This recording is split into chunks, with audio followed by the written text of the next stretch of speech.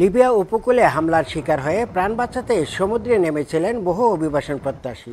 প্রায় ডুবতে থাকা একটি নৌকা থেকে তাদের উদ্ধার করে এনজিওর উদ্ধারকারী জাহাজ লাইফ সাপোর্ট। উদ্ধার হওয়া ৭১ জনের মধ্যে রয়েছেন অন্তঃসত্ত্বা নারী ও ১০ শিশু এবং বাংলাদেশি নাগরিক। তারা জানায়, লিবিয়ায় সশস্ত্র গোষ্ঠী তাদের উপর হামলা চালায় এবং লুটপাট করে নেয় সমস্ত মালামাল।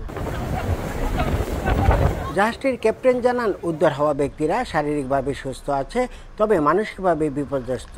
তাদের মধ্যে বাংলাদেশ, মিশর, সোমালিয়া এবং মিয়ানমারের নাগরিক রয়েছে।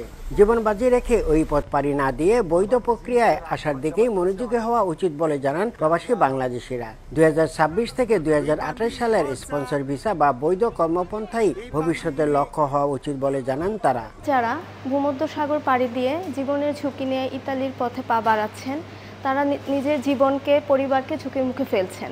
অবৈধ পথে না আসে, সাগর পাড়ি দিয়ে জীবনের রিস্ক নিয়ে না আসে, আপনারা সবাই বৈধ পথে আসার জন্য আমি আহ্বান করব। এই বিপজ্জনক যাত্রার বিপরীতে বাস্তবতাও ভয়াবহ।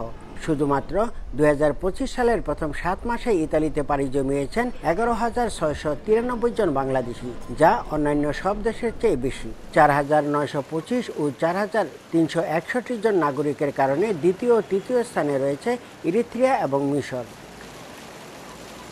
গেল এক দশকে ভূমধ্যসাগর পাড়ি দিয়ে ইতালিতে পৌঁছেছেন প্রায় ১৯,৪২,০০০ অভিবাসন প্রত্যাশী।